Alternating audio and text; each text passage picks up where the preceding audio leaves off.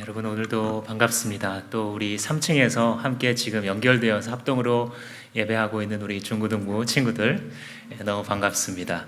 아까 올라가기 전에 우리 몇 명 친구들 만나서 목사님이 설교 시간에 뭐 질문하면 대답할 거지? 라고 했더니 1층까지 들리도록 대답하겠다고 했는데 장소가 또 제약이 있지만 하나님이 기술을 허락하셔서 이렇게 합동으로 또 부모님들과 우리 중고등부 학생들이 예배할 수 있음에 너무 감사드립니다.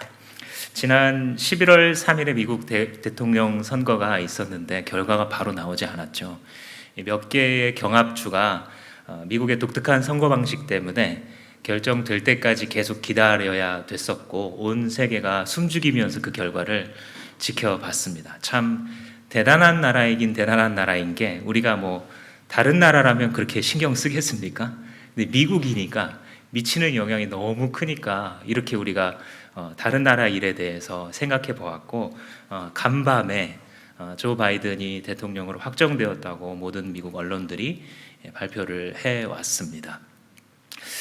다른 나라 사람들이 정치를 하거나 어떤 실제로 큰 일을 하는 사람들 외에도 아주 평범한 사람들도 이 미국의 대통령 선거에 관심을 가질 수밖에 없는 게 실제 자기의 직장에도 영향을 줄 수 있고 경제에 영향을 줄 수도 있고 사업이나 자기가 일하고 있는 부분에도 체감되는 효과까지 줄 수 있는 것, 그것이 바로 그 자리이기 때문에 그렇게까지 사람들이 신경을 쓰는 거죠. 그러니까 이 전 세계에서 특별한 나라인 게 분명합니다. 그런데 하나님의 세계에 특별한 존재들이 누구인가? 그 질문에 오늘 본문이 답하고 있습니다. 하나님의 세계에서 특별한 존재들은 바로 인간이다. 주님 말씀하십니다. 하나님이 처음부터 그렇게 작정하셨고 그렇게 지으셨고 지금도 그렇게 보고 계시는 존재, 나의 세계에서 가장 특별한 존재들이라고 주님 부르시는 것이 바로 여러분들, 사람들입니다. 주님께서는 특별히 하나님의 형상으로 지어진 우리가 예수 그리스도 안에서 잃어버렸던 하나님의 형상을 다시 되찾아가는 그것을 머리 가운데에 꿈꾸시고 우리를 그 꿈으로 우리를 부르고 계신 것입니다. 그래서 주님께서 오늘 우리에게 주시는 말씀을 다른 말씀으로 한번 정리해 보자면 이렇게 됩니다. 얘들아, 너 네가 누구인지를 바로 알거라. 네가 누구라는 사실을 바르게 알거라 라고 주님께서 우리의 정체성에 대해서 지금 가르쳐 주고 계십니다. 오늘 합동 예배라서 이 주제를 선택을 했는데 앞으로 또 기회가 있을 때에는 몇 번에 나누어서 내가 누구인가, 우리가 세상의 목소리, 주변 사람들의 시선에 따라 내가 누구인가를 규정하면요 너무 불행해집니다. 그리고 사실도 아니에요. 그런데 묶여 살아가는 이런 아이러니가 벌어지게 되죠. 하나님의 말씀에 따라 주님이 나를 누구라고 보시는지에 따라서 우리 자신이 누구인지를 설정해 갈 때 그때 우리 안에 건강한 삶이 회복될 수 있고 건강한 가정, 건강한 관계들이 회복될 수 있는 것입니다. 그래서 오늘 첫 번째 주제로 오늘 기회가 되어서 주님께서 내가 누구인 줄 알라라고 하는 주제로 살펴보려고 합니다. 우리가 잘 아는 것처럼 창세기 1장에서는 주님께서 천지를 창조하신 이 과정들을 쭉 보여주시죠. 6일 동안 천지를 창조하시는데 가만 보시면 이 앞에 3일과 뒤에 3일이 약간 연결되어 있는 것을 느끼신 분이 있을지도 모르겠습니다. 첫째 날에 빛이 있으라 라고 지으시죠. 그리고 둘째 날에 하늘과 바다, 물을 지으시죠. 그리고 셋째 날에는 땅을 지으십니다. 그러니까 첫째 날부터 셋째 날까지는 어떤 영역들을 만드신다라고 한다면 넷째 날부터 마지막 날까지는 그 영역들을 주무대로 사용할 자들 혹은 주관할 자들을 만들어가게 되는데, 그래서 넷째 날 그 빛을 주관하는 해와 달과 별을 지으셨죠. 발광체들을 지으신 것입니다. 그리고 다섯째 날에는 하늘과 바다를 주관하고 주무대로 사용할 동물들과 하늘과 바다죠. 그러니까 새들과 물고기들을 지으시게 되는 거고, 마지막 여섯째 날에는 이 땅을 주무대로 살아갈 짐승들을 쭉 지으시는 겁니다. 그리고 나서 마치 이제야 준비가 되었다는 듯이 인간을 지으시는 겁니다. 앞선 창조들과 달리 인간을 지으실 때 하나님이 사용하신 말씀이 있는데, 그것은 바로 형상대로, 우리의 형상대로라는 말씀입니다. 주님께서 이전에는 이 말씀을 안 하셨어요. 그런데 이제는 때가 됐다는 듯이 사람들을 지을 때는 하나님 자신을 닮도록 만들겠다라고 지금 선언하고 있는 것입니다. 그러니까 하나님께서 이렇게 만드신 존재, 유일한 존재라는 게 강조되고 있죠. 이 전체 구조 속에서 하나님이 자기를 닮도록 자기 형상으로 만든 유일한 존재가 바로 사람이구나라는 사실을 아주 강조하면서 보여줍니다. 이건 뭐냐면 하나님이 우리들에 대해서 갖고 계신 아주 각별한 생각을 우리에게 보여주는 겁니다. 이게 우리 정체성의 출발이어야 돼요. 그죠? 사람들은 다르게 말할 수도 있어요. 그리고 내 스스로도요, 내 인생이 막 출렁이잖아요. 그 출렁임에 따라서 나 자신에 대해서 다르게 말할 수도 있어요. 근데 주님은 이렇게 말씀하시는 거예요. 너는 매우 특별한 존재다. 중국의 한 젊은 남학생이 2013년도에 엉뚱한 생각을 하는데, 이 세상에 내 이름으로 된 길이 있으면 좋겠다, 이런 생각을 했나 봅니다. 그래서 막 찾아보는데 마침 자기 이름으로 된 이 길이 없다는 것을 발견하고, 이 청년이 자기의 이름을 딴 도로 표지판을 하나를 제작합니다. 이 청년의 이름이 이 거위, 중국어로 거위 이렇게 발음이 되는데, 거위로라고 써진 실제와 똑같은 표지판을 철제로 제작해서 이 인터넷 지도 앱을 찾아가지고 아직 이름이 붙어 있지 않은 베이징시의 어떤 한 거리를 찾아내요. 그리고 그걸 찾아가서 그 거리에다가 그것을 꽂아 놓습니다. 사람들이 이제 시간이 지나갈수록 거기 거위로 하니까 이걸 막 말하기 시작하고요. 심지어는 인터넷 지도 서비스에 이게 등록되기 시작합니다. 그래서 이게 발견되기까지 약 4년 동안 계속해서 거위로로 검색되기도 하고 사람들이 말하기도 했다라는 것이죠. 특별한 케이스지만, 극단적인 예이지만, 사람은 사실 태어나서 자기의 이름이 담긴 무언가 특별한 것을 남기고 싶어해요. 그죠? 그림이나 글을 쓰는 작가들도 자기의 이름이 붙었다라는 것에는 생명을 걸고 싶어 합니다. 우리 교회에도 예술가 몇 명이 계시는데, 자기가 하는 그 일에 대해서 자기의 이름이 붙는다, 이건 목숨 거는 것과 같은 겁니다. 각별하기 때문이죠. 근데 하나님께서 우리를 지으실 때 그러셨다는 거예요. 하나님 편에서 볼 때 온 세계, 온 우주를 창조하신 정말 우리가 상상할 수 없이 높으시고 거룩한 하나님이신데, 그 하나님께 각별한 존재가 있어요. 그게 여러분들이라는 겁니다. 그게 인간이라는 존재라는 거예요. 자기의 이름, 자기의 시그니처, 자기의 특별함을 새겨놓은 존재, 내 형상이다, 내 이미지로 만들었어 라고 하는 존재가 그게 나이구나. 이게 우리가 우리 자신을 이해하고 우리의 인생을 바라보고 우리가 어디로 가야 되는지를 설계할 때에 가장 밑바닥에 있어야 되는 진리입니다. 하나님은 나를 이렇게 보시는구나, 나를 이렇게 존귀한 존재로 하나님 나를 보시는구나. 여기서 출발합시다. 이 진리는요, 반석과 같아서 여기서 출발을 하게 되면 그 다음에 어떤 세상의 바람이 와도 흔들리지 않는 단단한 사람이 될 수 있습니다. 여러분, 한번 상상력을 동원해서 하나님이 창조하시는 한 이 6일 동안을 한번 쫙 머릿속에 그려보세요. 첫째 날 빛이 있으라 명령하시는데, 크레아치오 엑스 니힐로 이렇게 번역을 하는데, 니힐, 아무것도 없는 무에서 유를 크레아치오, 창조해내시는 하나님.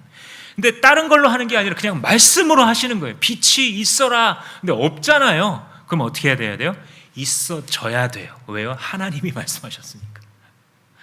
하나님이 그렇게 명령하셨을 때 빛이 확 비치기 시작해요. 옛날 사람 이 성경을 막 파괴하고 싶어서 막 반대하고 싶었던 사람들이 야 봐라 이 해달별도 없는데 어떻게 빛이 먼저 비쳐 근대 사회에서 뭐 이렇게 얘기를 했죠. 그런데 현대 과학으로 넘어오면서 태양보다도 더 밝은 발광체가 우주에 존재하는구나. 그러니까 빛이라는 개념 하나님이 제일 먼저 창조하셨죠. 하나님 자신을 상징하는 것이기 때문에 빛이 아마도 첫 번째였으리라 생각합니다. 그리고 나서 우리가 존재할 모든 시공간을 만들어 가시는 거예요. 그죠? 영역들을 만들어 가시고 그 무대에서 활동할 존재들을 쭉 채워 가시면서 모두들 이렇게 확 피어나요. 제 딸이 그러더라고요. 이 나무가 막 흔들거리는데 그것들이 다 안녕 하는 것 같다고 나한테. 야, 그래서 내가 너 나이 때 감수성이 정말 나는 기계와 같았는데 넌 사람 맞구나. 제가 이런 적이 있는데 많은 사람들이 그걸 느끼죠. 나무가 막 이 낙엽을 떨어뜨리면서 바람이 불면서 이 바깥에 요즘에 얼마나 멋있습니까? 하나님을 정말 찬양하는구나. 온 세계와 지으신 만물이 하나님을 찬양하는구나. 이걸 많은 사람들이 경험했단 말이에요. 그걸 노래하는 것이죠. 그러니까 이 태어난 모든 피조 세계가 각자의 모습으로 웅장한 것들은 웅장하게 또 섬세한 것들은 섬세하게 하나님의 창조와 높으심을 막 찬양하고 있는데 근데 갑자기 하나님이 이번엔 뜸을 들이시면서 뭔가 이렇게 조물락 하시는 거예요. 자기 손으로. 그리고 이걸 만드신 다음에 생기를 확 불어넣으시고 창조세계 중간에 세우시는 거예요. 그러니까 다른 모든 피조물들이 거기에 주목하면서 숨지으면서 그를 바라봤을 때 무슨 생각이 들었겠습니까? 다른 피조물들에게. 와, 영광스럽다. 저 피조물은 무엇이길래 하나님을 닮았지? 우리 다른 모든 피조물들은 그렇지 않은데 저 존재는 하나님의 형상, 하나님의 이미지로 지어졌구나.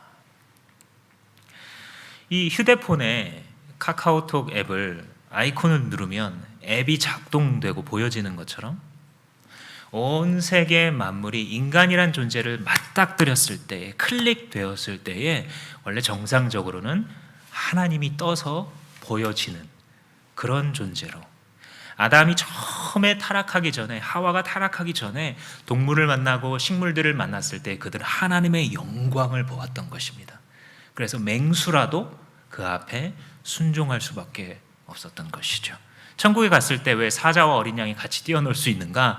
하나님의 영광 앞에 서게 되면 만물은 복종하는 것입니다. 이 정말 영광스러운 존재 모든 피조물이 우러러 볼 수밖에 없는 하나님의 이미지를 닮은 이 아름다운 영광, 여기서부터 인간의 존엄성이 나오는 거예요.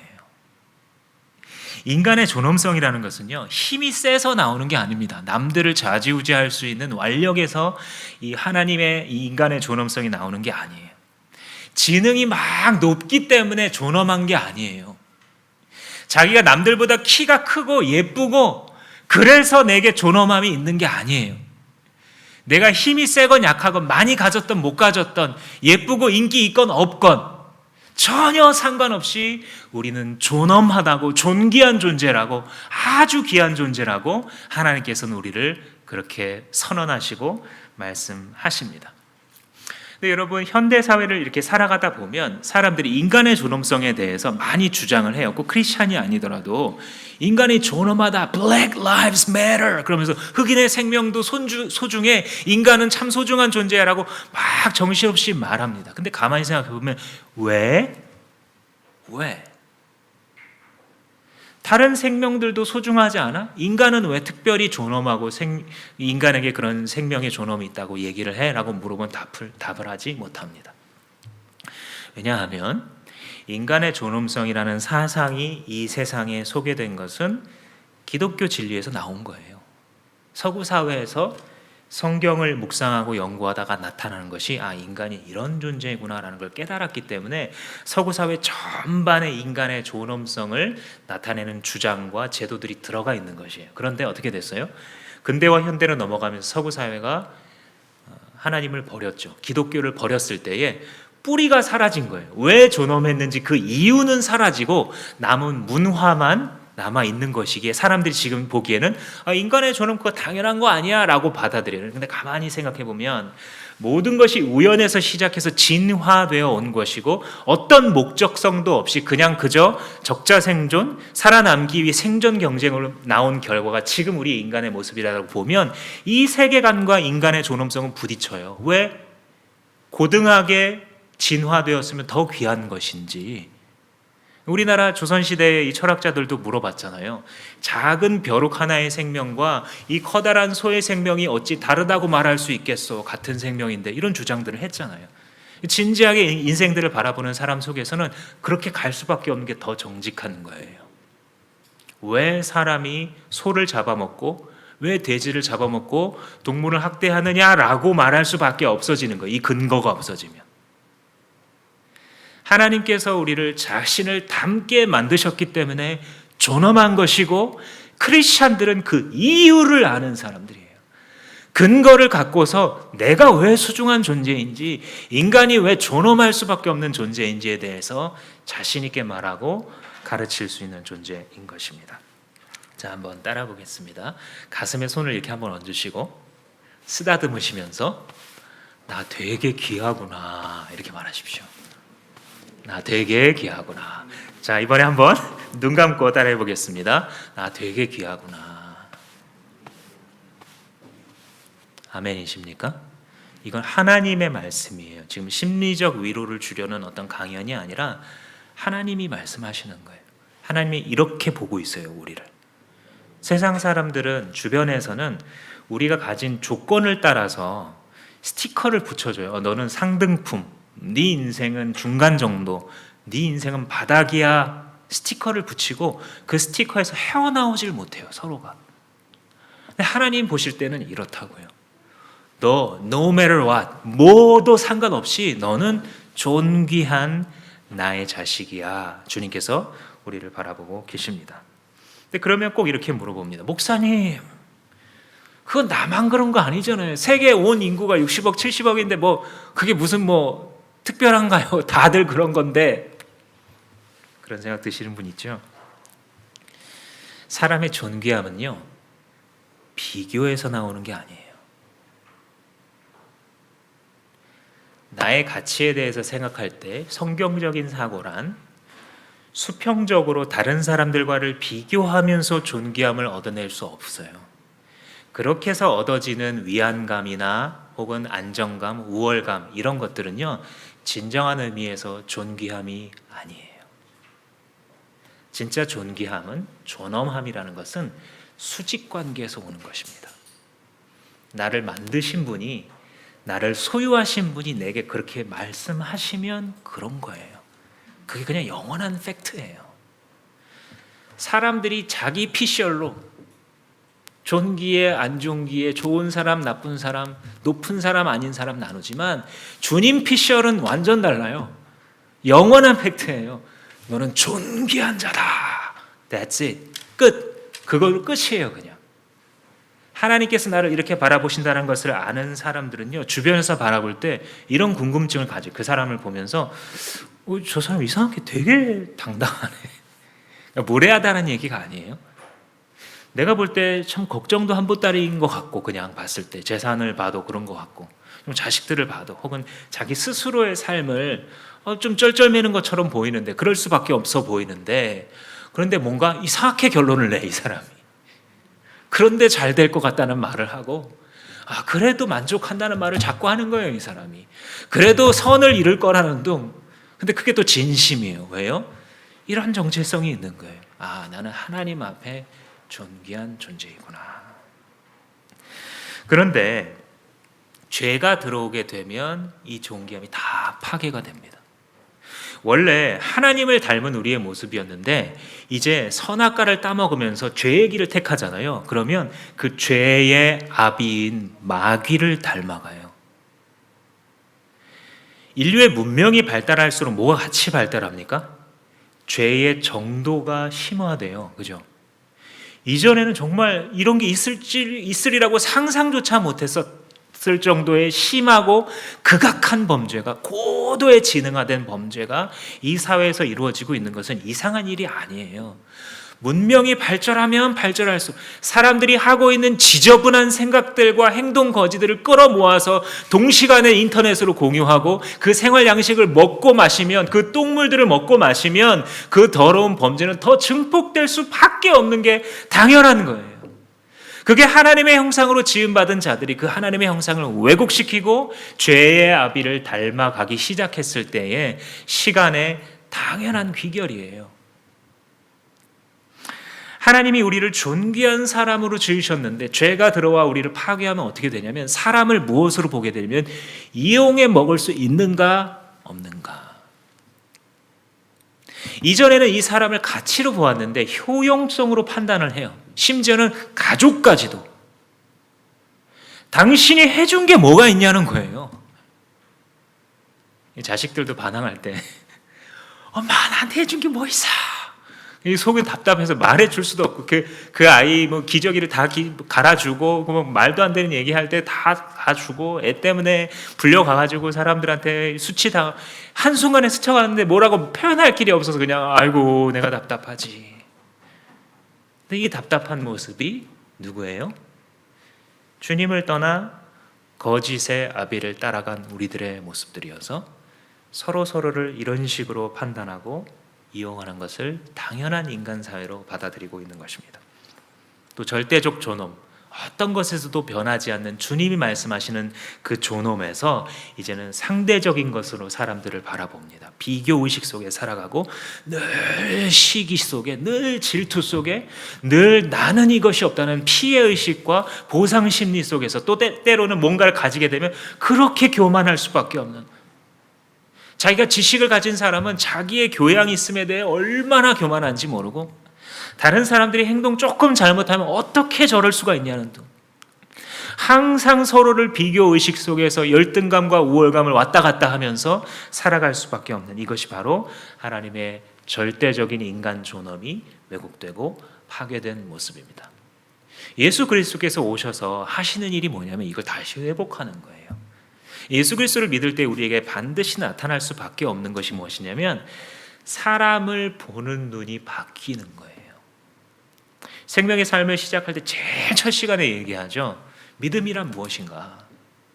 믿음이란 종교적인 외형적인 모습으로는 알 수도 있지만 모를 수도 있는, 그러나 분명하게 알 수 있는 것은 무엇이냐면 그 사람의 관계적인 성장을 보면 알 수 있다. 그러니까 원래부터 사람들과 잘 관계하고 뭐 그런 걸 떠나서 사람의 어떤 그런 성향 차이는 있겠으나 예수 그리스도를 믿고 나서 그 사람이 이제 주변 사람들을 무엇이라고 보기 시작하는가. 하나님이 나 자신을 너무 존귀한 존재로 본다는 처음에 받아들일 수가 없는 이 사실을 하나님이 계속 말씀하시니까 이제 믿는단 말이에요. 하나님 정말이에요? 정말 제가 귀해요? 하나님 앞에? 제가 생각할 땐 너무 못났는데 제정신 차리고 앉아있어 보면 또 똑같은 죄를 500번째 반복해온 난데 몇십 년째 이렇게 살아오고 있는데 하나님 정말 내가 귀해요? 이게 받아들일 수 없다가 주님의 그 십자가 사랑이 느껴지면서 기적적으로 믿어지죠. 하나님이 나를 사랑하시는구나. 나를 좋아하시는구나. 그래서 나의 존귀함을 알게 되면 그 사랑이 흘러넘쳐서 다른 사람을, 옆에 있는 사람을 보는 눈이 달라져요. 어떤 사람은 급격하고 어떤 사람은 서서히 사람 소중한 걸 알게 된단 말이에요. 이게 기독교 신앙이에요. 기독교라는 이름으로, 때로는 진리라는 이름으로 너무 잔인한 사람들이 있어요. 너무 잔인해요.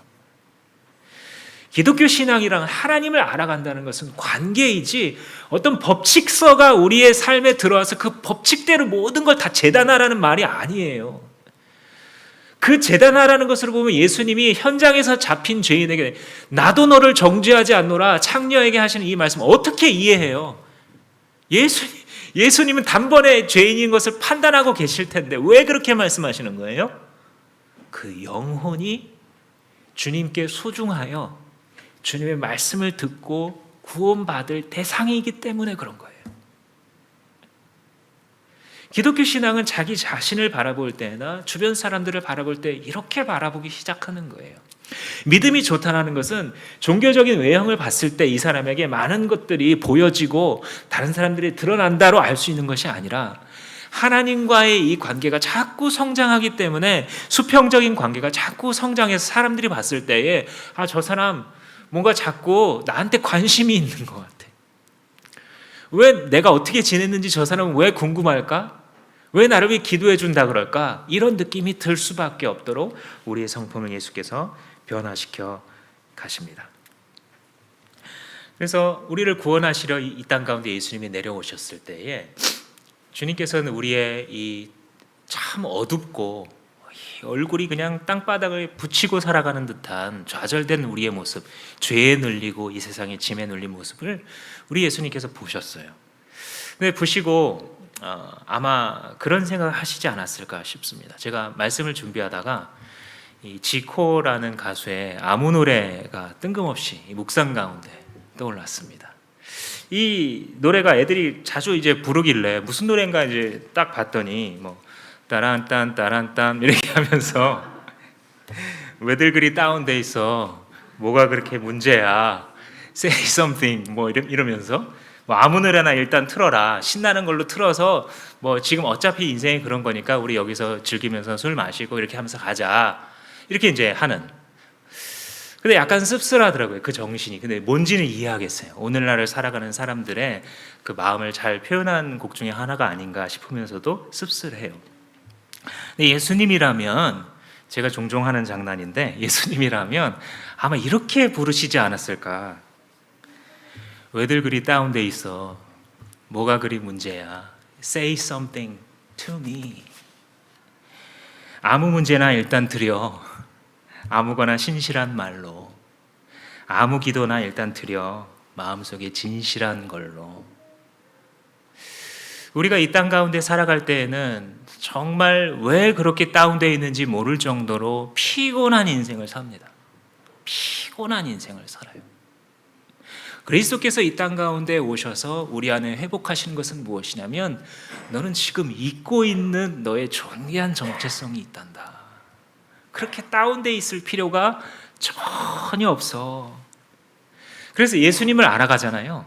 예수님을 자꾸 믿으면 우리 안에 건강한 정체성이 생겨나는 거예요. 그래서 주 예수께서 내가 누군지에 대해서 끊임없이 말씀해 주시고 가르쳐 주시기 때문에 땅바닥에 붙어 있었던 얼굴이 자꾸 들어져요. 고개를 들고 더 들어지면 하늘을 향해요. 하늘을 바라보고 살아가는 이것이 우리의 정체성입니다. 이 땅의 나그네로 살아가지만 하늘의 시민권을 바라보면서 살아가는 회복된 정체성을 가진 자들, 그것이 바로 크리스천입니다. 두 번째로는 주님께서 우리를 관계적 존재로 지으셨다라는 말씀입니다. 27절 말씀해 보시면 하나님이 우리를 자신의 형상대로 지으셨는데 자기 형상대로 지으셨는데 남자와 여자로 창조하셨다라는 말씀이죠. 이게 관계적 존재로 지었다는 말씀이에요. 혼자서 살 수 없는 존재, 혼자서 살아가기에는 너무 힘든 존재로 만드셨다라는 겁니다. 근데 이 말씀을 하실 때 하나님도 공동체 속에, 관계 속에 살아가시는 하나님이신 것을 우리에게 가르쳐 주시는데 26절 말씀 한번 다시 올라가 보시면 형상 얘기를 하면서 뭐라 그러냐면 누구의 형상으로 만들재요? 우리의 형상으로 만들재요. 이런 이상한 말씀을 하셔서 수세기 동안 성경을 읽는 사람들이 질문을 던져왔어요. 이게 무슨 뜻이냐고.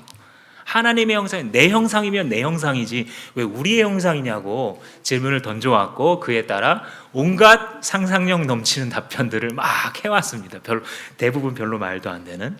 그냥 두 가지 정도 우리가 유익한 해석이 있습니다. 첫 번째는 이 우리라는 것은 천상의 모든 존재를 대표하시는 왕으로서 선언하시는 거예요. 그죠? 이 세상 나라 가운데에 살아가는 우리들이 이 시간에 기억해야 될 것은 하나님의 나라를 이끌어 가시는 대표이신 하나님께서 우리의 형상으로 만들자. 결국 그 하나님의 형상인 거죠. 우리 아내가 이랬어요 라고 해서 반드시 아내의 남편이 복수인 게 아니라 그냥 대표자로서 우리라는 정신으로 표현하는 것처럼 정확히 똑같은 것은 아니지만 하나님께서 천상계를 대표하시는 왕으로서 우리의 형상으로 만들자, 이런 의미가 들어가 있습니다. 더 깊은 의미는 뭐냐면 삼위일체의 공동체적인 부름이에요. 많은 해석가들이 이것을 성부 하나님, 성자 예수 그리스도, 성령 하나님께서 이 창조에 동역하셨다라는 점을 여기서 읽어냅니다. 실제로 성경을 읽어다 보면 잠언 같은 곳에 예수 그리스도로 상징된 지혜가 하나님이 창조하실 때의 지혜가 그 옆에서 동역하며 기뻐하면서 기뻐하였더라, 이런 말씀을 하시죠. 또 하나님의 신이 수면 위에 운행하시더라, 이런 말씀이 있죠. 그러니까 성삼위 하나님께서 이 창조 사역에 동참하셨고, 이 성삼위 하나님이 공동체성 속에서 이 세계와 또 우리의 인간들을 하나님의 형상으로 지은 것을 우리는 찾아볼 수 있습니다. 그래서 예수님이 요한복음 같은 데 보면 마지막 성만찬을 하실 때 제자들한테 가르치신 게 뭐냐면, 아버지여, 제자들 앞에서 기도하시기를, 아버지여, 아버지와 내가 하나인 것처럼 이들도 하나가 되게 하옵소서. 그러니까 이 공동체적 존재가 되는 우리 크리스찬들의 모습, 그 원형이 다름 아닌 거룩하신 성삼위 하나님이에요. 그래서 그것을 따라서 우리가 살아갈 수 있도록 우리를 지으신 것입니다. 이거를 좀 적용해 보자면 첫 번째로는요, 건강한 가정관을 우리는 여기서 배울 수 있는 거예요. 요즘 사람들은 가정에 대한 가치를 굉장히 낮게 봅니다. 참 모순적인 태도를 보여줘요. 가족이 중요하다는 말을 그렇게 많이 하면서도 또 때로는 뭐 결혼이 무슨 소용이 있어, 결혼이 뭐 무슨 나한테 도움이 돼, 이런 말을 너무 많이 합니다. 청소년들한테 이 조사를 해봤더니 이미 한 50% 밑으로 내려간 정도의 청소년들만 결혼이 꼭 필요하다, 결혼을 할 거다, 이런 생각을 가지고 있다는 거예요. 그러니까 왜냐하면 주변에서 듣고 보는 게 다 그거예요. 문화 속에서, 또 하나 어른들에게, 주변 사람들에게 이혼한 경우들, 이런 것들을 보면서 사람들이 결혼에 대해서 더 이상 꿈꾸지 않는 것이죠. 그러나 하나님께서 우리에게 보여주는 것은 무엇이냐면 우리는 관계적 존재이다라는 것이에요. 우리는 우리 스스로의 이 마음을 가지고 우리의 삶을 규정할 것이 아니라 하나님께서 보여주시는 것을 가지고 우리의 삶을 꿈꾸고 규정해 갈 수 있어야 합니다. 그러나 또 때로는 하나님께서 우리에게 건강한 가정관을 가지도록 또 말씀해 주시지만 사회의 흐름에 따라서 홀로 살아가는 경우들이 있습니다. 같이 살아가다가도 홀로 된다든지 혹은 비혼의 삶을 살아간다든지, 그럴 때에도 우리가 기억할 수 있는 것은 무엇이냐면 내가 혼인의 상태에 있건 없건 공동체가 정말 나에게 있어서 중요한 것이구나 라는 것을 가르쳐 주는 거예요. 왜냐하면 주님께서는 처음부터 공동체적인 존재로 나를 부르셨기 때문에. 그래서 그 싱글의 기간을 보내는 중에도 믿음의 사람들은 다른 모습을 보여주는데, 이 공동체의 사람들, 나와 함께 있는 사람들에 대해서 시간과 마음을 투자하는 것입니다. 이게 하나님을 알지 못하는 경우에는 굉장히 피곤한 일일 수 있습니다. 그냥 혼자 살아가면 사실 누구에 대해서 책임을 지거나 누가 왈가왈부 할 것도 없는 그런 삶을 살아갈 수 있지만, 공동체 안에 누군가와 엮이기 시작한다는 것은 피곤을 자초하는 일이에요. 세상에서 바라볼 때는. 근데 그게 뭐예요? 결국은 하나님의 형상을 회복하는 길입니다. 공동체가 아니고서는 우리는 하나님의 형상으로 변해갈 수 없어요. 하나님께서 우리에게 주신 만큼, 하나님께서 우리에게 주신 길을 걸어갈 때에 이러한 유익을, 이러한 성장을 우리는 바라볼 수 있는 것입니다. 그래서 건강한 가정관, 건강한 공동체관을 여러분 마음 가운데 회복하실 때에 그런 질문을 가지세요. 그러니까 세상이 가르쳐 주는 대로 연애를 배우거나, 세상이 가르쳐 주는 대로 결혼을 배우거나, 세상이 가르쳐주는 대로 가정을 배우거나, 세상이 가르쳐주는 대로 싱글의 삶에 대해서 배우거나 공동체에 대해서 배우지 마십시오. 왜냐하면 그것들은 유행에 따라 이렇게 주장했다가 조금 뒤에 반대로도 주장할 수 있는 왔다가 가버리는 주장들이에요. 진짜 우리가 마음 가운데 배워야 될 이런 중요한 원칙들은 하나님으로부터 배우세요. 관심을 가지세요. 하나님이 뭐라고 말씀하시는, 나의 현재 삶의 양태 속에서 하나님이 원하셨던 공동체성을 회복하는 길은 무엇이라고 주님 말씀하시는가 배우십시오. 예를 들어서 역사상 기독교에서 주님께서 크게 이 믿음의 불길을 일으키셨던 많은 모임들이요, 싱글들의 기도 모임에서 시작했습니다. 하나님 앞에서 우리가 지금 뭐 다른 데 거칠 것이 있느냐, 우리 모여서 주님이 뭘 꿈꾸시는지 같이 기도해보자, 이러다가 불이 일어났어요. 한번 가정의 아픔을 경험한 사람들이 하나님이 어떤 분이신지, 하나님이 우리를 어떻게 회복하시는지 한번 보여줘 보자, 세상 앞에. 이랬을 때 하나님께서 더 놀라운 역사를 일으키셨어요. 가정이 파괴되거나 심지어는 살해당하는 그런 상황 속에서도 하나님께서 우리에게 뭘 가르치시는가를 묵상한 사람들을 통해서 하나님은 하나님의 가족 공동체로서 살아가는 것이 얼마나 강력한 일인지에 대하여 세상 앞에 더 많이 보여주셨습니다.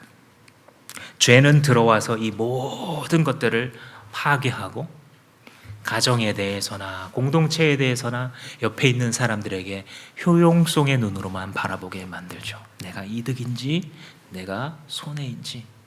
결혼? 너네 집안에서 얼마 갖고 올 건데, 우리 집안에서 이만큼 갖고 오는데 너 그게 말이 돼? 너 앞으로 기 죽고 살아. 이게 그냥 뭐 암묵적인 룰로 되어 있는 이런 세상이, 이러한 정의들이 여러분 과연 정상입니까? 그것이 과연 사람이, 이렇게 고등동물이 하나님의 형상으로 지어진 존재들이 꿈꾸고 가야 되는 방법이라고 보십니까? 하나님의 이 시간의 말씀을 통하여 우리 안에 허락하신 성삼위 하나님을 닮은 서로 사랑하는 하나된 존재로서 부르신 그 부르심을 우리에게 보여주신 것이고, 이건 우리의 가슴을 뛰게 하는 것입니다. 우리는 우리의 인생을 다하여 이러한 공동체를 회복하고자 하는 그런 꿈을 꾸어야 할 것입니다.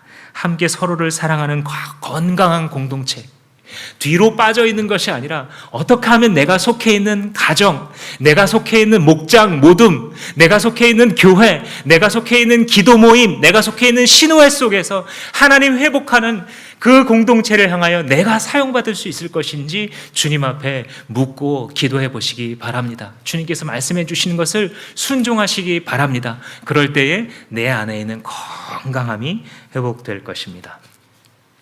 마지막으로 다스리는 존재로 지으셨다라는 것이 또 하나님의 형상 속에 들어가 있습니다. 28절 말씀해 보시면 하나님께서 그들에게 복을 주시고 말씀하시기를 생육하고 번성하여 땅에 충만하라, 그리고 육해공에 존재하는 모든 것들을 다스려라, 이렇게 말씀하고 계십니다. 여기서 하나님의 영광이 보여지죠. 하나님의 권세가 저 정도구나. 누군가의 영광이 나타난다는 것은 그의 권세가 실제 실행돼서 발동돼서 그 권세가 결과들을 보여주기 시작할 때, 그때 저 사람의 권세가 저런 거구나 알게 됩니다. 이 미국의 대선이 엎치락 막 뒤치락 하고 있다가 바이든이 아마도 될 것이 확실해진다라는 뉴스가 한 어제쯤 나왔죠. 어제쯤 나오면서 동시에 이 발동된 여러 가지 조치들이 있다고 하는데, 그 중에 하나가 이 조 바이든의 이 거주지 상공에 비행물체가 다니지 못하도록 하는 명령이 내려졌다는 것이죠. 그 사람이 이제 미국 대통령이 될 것이 확실시 되어가고 있기 때문에, 가능성이 굉장히 높아졌기 때문에 그 동네에는 아무것도 날아다니지 못하게 하는. 그리고 아마도 많은 사람들이 파리 기후 협약을 이 트럼프 대통령이 탈퇴했는데 다시 들겠구나, 그러니까 거기 맞춰서 기후 정책을 막 다시 세우기 시작하는, 어느 나라의 이 장관들이 바빠지기 시작하고, 우리나라만 해도 북한과의 관계가 완전 달라지겠구나, 일본과의 관계 설정이 이전과 다르겠구나, 중국과의 관계도 완전히 달라지겠구나 하면서 이 외교가의 정가에 바이든을 개인적으로 만났거나 친분이 있는 사람인지 누군지를 찾느라고 바빠진, 과연 전 세계를 좌지우지하는 그러한 대통령의 권세, 참 대단합니다. 하나님의 영광은 하나님의 다스림을 통해서 드러나는데, 그 하나님의 다스림이라는 것은 인간을 통해 이 땅 가운데 구현됩니다. 하나님은 많은 경우에 자신이 만드신 자연 질서를 파괴하고 들어오시기보다는 그 자연 질서 속에서 한계와 제약을 가졌지만, 인간이 하나님의 아이콘으로서, 하나님의 형상을 가진 자로서, 인간의 손으로서 하나님의 손길로 이 피조 세계를 다스려 가기를 원하시는 것입니다.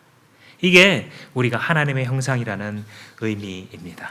그래서 인간이 그 하나님의 의중을 잘 알아서 다른 것으로부터 다스림을 받는 것이 아니라 다스리려고 할 때, 올바르게 다스려갈 때 하나님이 영광 받으시는 거예요. 사실 우리 조선 사회에도 이런 말이 있었죠. 1인 지상, 만인 지상, 1인 지하, 영의정을 두고 하는 말이죠. 그러니까 위로 왕 한 분에게만 자기가 복종하지 만인 다른 모든 사람에게는 자기가 더 높은 사람, 그것이 바로 영의정이 했던 일이죠. 그런 위치죠. 하나님의 세계에서는 우리가 그런 존재라는 거예요. 인간의 위치가 1인 지하, 만인 지상, 오직 하나님만 위에 계시고 다른 모든 존재들은 우리가 숭배하고 우리가 겁먹고 우리가 그 앞에 벌벌 떨어야 되는 존재가 아니라 도리어 우리가 하나님을 따라가기만 하면 지배하고 조절할 수 있는 그런 존재가 된다는 것입니다. 그렇기에 이 피조 세계에서 우리가 피조물이나 인간이 만든 제도, 물건, 사상들을 숭배할 때에 인간은 인간성을 잃어버리는 것이에요. 사람들은 하나님께서 주신 이 형상을 향한 굉장한 갈구가 있는데 해결할 방법을 모르잖아요. 진리가 없으니까. 공동체성이 주어져야 되는데 주어지지 않으니까 그 외로움을 채우기 위해서 온갖 기괴한 것들을 다 집어넣는데도 채워지질 않아요. 그러니까 결국은 뭘 하냐면 숭배로 갑니다.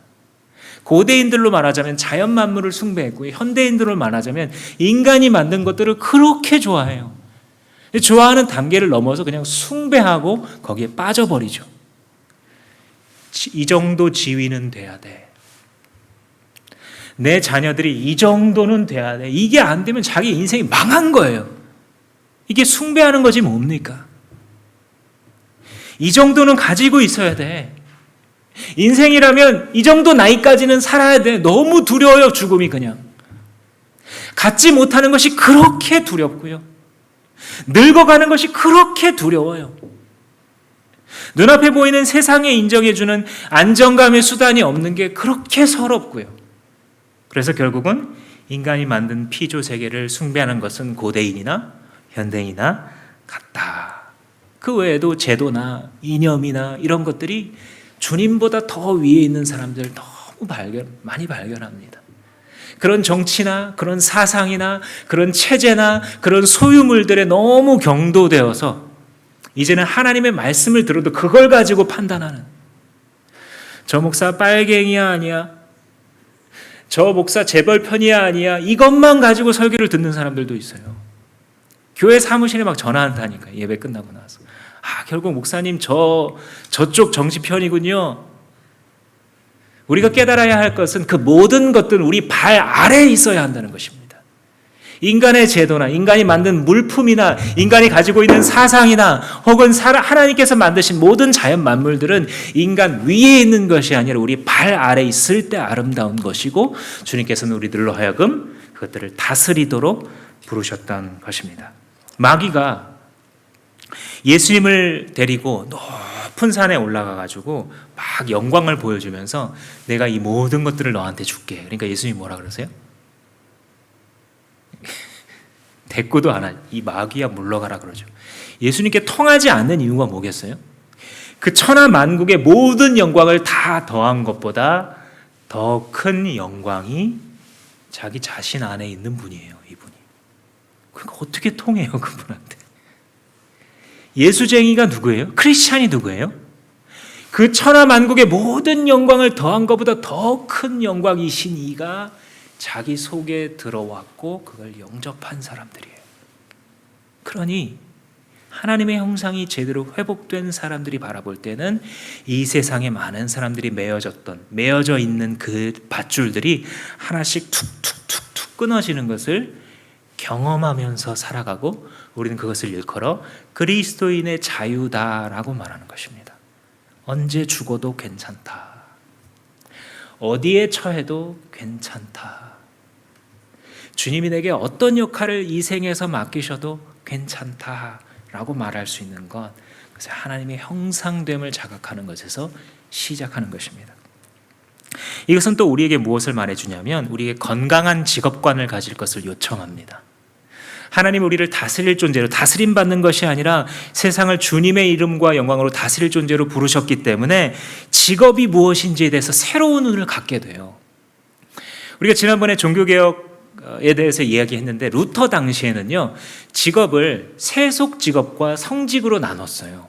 그래서 수도승, 신부 이런 것은 거룩하고 좋은 직업이고요. 나머지는 다 그냥 세속적인 먹고 살라고 하는 그저 그런 직업, 이렇게 둘로 나눴어요. 그리고 좋은 직업을 가질 수 있도록 한번 꿈꿔라. 이게 그냥 사회적인 분위기였는데 이 루터가 들고 나오면서 아니 그게 맞냐 성경적으로. 주님은 우리를 만인 제사장으로 부르셨는데 우리가 하나님의 부르심이 지금 내가 하고 있는 이 손길을 통해 이웃을 섬길 수 있도록 하나님을 사랑하고 이웃을 누군가를 섬기는 일이라면 그 모든 일이 하나님의 손길이고 따라서 성직 아니겠느냐라고 말함으로써 직업 소명론을 가르쳤습니다. 그래서 이 서구권에서 직업에 대해서 말하는 단어가 job도 있지만 vocation이 있잖아요. vocation, 부르다라는 거죠. 주님께서 부르셔서 누군가가 해야 될 일, 이웃들을 섬기는 데 있어서 필요한 그 일을 그 사람에게 맡겼다라는 것을 그가 생각하고 있는 것이죠. 물론 현대 직업은요 좀 유동적이에요. 그래서 어떤 직업에 내가 부르심을 받았다 해서 평생 그 직업을 할 수 있는 사회는 더 이상 아닙니다. 또 기업이 하는 일들이 굉장히 복잡해졌기 때문에 이게 하나님의 손길하고 무슨 상관이 있는가, 이게 아주 헷갈릴 수 있는 그런 복잡한 사회 속에 있어서 루터가 가르쳤었던 그 직업 소명론에 관한 글들을 그대로 다 적용시키기는 조금 어려움이 있습니다. 그런데 시간이 지나갔어도 그 정신은 동일하게 적용될 수 있어요. 무엇이냐면 내가 회사에 가서 무슨 제품을 만들건 무슨 서비스를 제공하건 가정에서 아이들을 기르고 있건 집안에서 뭘 관리를 하고 있건 아니면 학교에서 공부를 하고 있건 내가 하는 그 일에 하나님의 부르심이 있어서 내가 누군가를 섬기고자 하는 마음으로 그 일을 한다면 이미 그 순간 그것은 거룩한 직업이 된다라는 원리입니다. 하나님이 나를 이 자리에 지금 두셨구나. 세상적으로 이 직업이 멋있어 보이건 그렇지 않건 세상이 정규직이라고 이름 붙이건 아니면 다르게 이름 붙이건 하나님께서 나를 부르셔서 내가 이것이 누군가에게 도움되는 마음으로 이 일을 하고 있으면 그것은 이미 하나님의 손길이요 거룩한 직업이구나 라는 것입니다. 그래서 루터가 쓴 글 중에 한 글귀에 이런 글이 나오는데 만약 한 여종이 주인의 명령과 직무에 따라 마구간에서 똥을 치우고 있다면 그것은 천국으로 가는 길을 제대로 찾은 것이다. 무슨 말인지 이해가 되십니까? 마구간에 있는 똥을 누군가가 치우지 않으면 그 마구간이 계속 유지가 될 수 없고 말도 거기 계속 건강하게 있을 수가 없는데 그 여종이 그 당시 사회에서 그 여종이라는 계급을 벗어나거나 한탄하면서 살아갈 수 있는 게 아니잖아요. 그런데 그 작업을, 똥을 치우는 작업도 누군가는 해야 될 일이고 하나님이 나에게 그것을 시키신 게 맞구나 라고 인식하여 누군가를 섬기고자 하는 마음으로 그 똥을 치우고 있으면 그 순간이 그는 거룩한 작업을 하고 있는 것이다 라는 것이며 그런 바른 신앙을 가진 사람들이 바로 천국 가는 길에 바로 올라탄 자다라는 것이죠.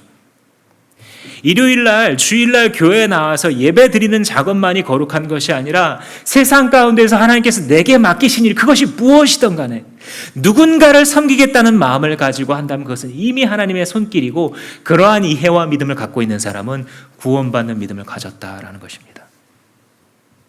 그래서 이 현대사회에서 가지고 있는 직업관과 아주 질적으로 다른 직업관을 갖게 되는 것입니다. 세상은 직업을 성공의 수단이고 판가름의 기준으로 생각합니다. 그러나 하나님의 사람들은, 성경은 직업을 하나님의 부르심으로 봅니다. 그렇기 때문에 내가 하는 모든 일들, 내가 만드는 제품이나 내가 제공하는 서비스나 혹은 집안에서 내가 아이들을 양육하거나 하는 모든 일들에 대하여 소명의식을 갖게 됩니다. 여러분, 이 세상이 얼마나 미친 직업관을 가지고 있는지 한번 보십시오. 한번 생각해 보세요. 집안에서 자녀를 양육하고 있는데 여러분, 세상에 다음 세대를 복주면서 그를 하나님의 예배자로 키우는 것보다 더 거룩한 부르심이 있습니까? 없습니까? 한번 대답해 보세요. 아니 뭐 스티브 잡스가 나타나서 스마트폰 만들었다. 뭐 물론 대단해 보여요. 근데 그게 다음 세대를 하나님을 예배하는 자로 길러내고 양육하는 것보다 더 놀라운 일이냐고요. 세상이 미쳐서 죄에 쌓여서 그 눈이 어두워지지 않는 한은 이렇게 바라볼 수가 없는 거예요. 근데 세상은 그런 일들을 하찮게 생각하게 만들고 당신은 너무 존귀한 존재여서 그런 일들은 남한테 맡기는 게 멋있는 삶인 것처럼 보여주고 있어요. 그리고 그걸 떠나서 우리가 가지고 있는 모든 직업들에 대해서 이런 식으로 바라보고 비교하고 평가하게 만들고 있으니 우리의 삶이 어떻게 만족스러울 수 있겠습니까? 죄가 들어왔을 때는 모든 직업을 서열화시키고 사람들의 삶을 계급화시켜서 부정적으로 보게 만들고 하는 모든 일 속에서 행복함과 만족을 얻을 수 없게 합니다. 왜냐하면 이미 피조된 것들에 다스림받는 삶이 되었기 때문입니다. 사랑하는 성도 여러분, 이 시간 하나님께서는 당신을 죄의 다스림을 받고 욕심의 다스림을 받았던 세상 것들의 다스림을 받았던 존재에서 이제 다시 다스리는 존재로, 본래의 존재로 회복하시기 원하십니다. 예수 그리스도 안에서 그가 십자가 위에서 피 흘리시고 죽으시고 다시 부활하셨을 때에 사단의 머리를 깨셨고 이와 같이 헛된 것들에 다스림 받고 얽매여 살고 목매고 살았던 우리들을 이제 다시 다스리는 존재로 1인지하 오직 하나님께만 다스림을 받고 머리 숙이는 존재로 우리를 다시 회복하고 계심을 아멘으로 받아들이십시오. 하나님께서 나를 공동체적인 존재로 부르셨음을 마음 가운데 믿으시면서 뒤로 빠지는 것이 아니라 하나님 주신 공동체를 세우겠다고 작정하십시오. 세상의 언어로 나의 존재를 규정하는 것이 아니라 하나님의 말씀을 따라 내가 얼마나 특별한 존재인지 규정하겠다고 작정하십시오. 그렇게 살아갈 때에 내가 누구인지, 나는 누구인가? 라는 영원한 질문에 답하실 수 있게 될 것입니다. 기도하시겠습니다. 이 시간 기도할 때에 하나님께서 혹시 한 가지 구체적인 사람을 떠올리게 하시거나 어떤 관계를 떠올리게 하셨다면 그것을 붙잡고 기도하십시오. 한 가지 예를, 내 삶 속에 한 가지 예를 떠올리게 하셨다면 성령의 역사하심일 수 있습니다. 그것을 붙잡고 나의 믿음의 고백을 올려드리실 수 있기를 바랍니다. 기도합니다.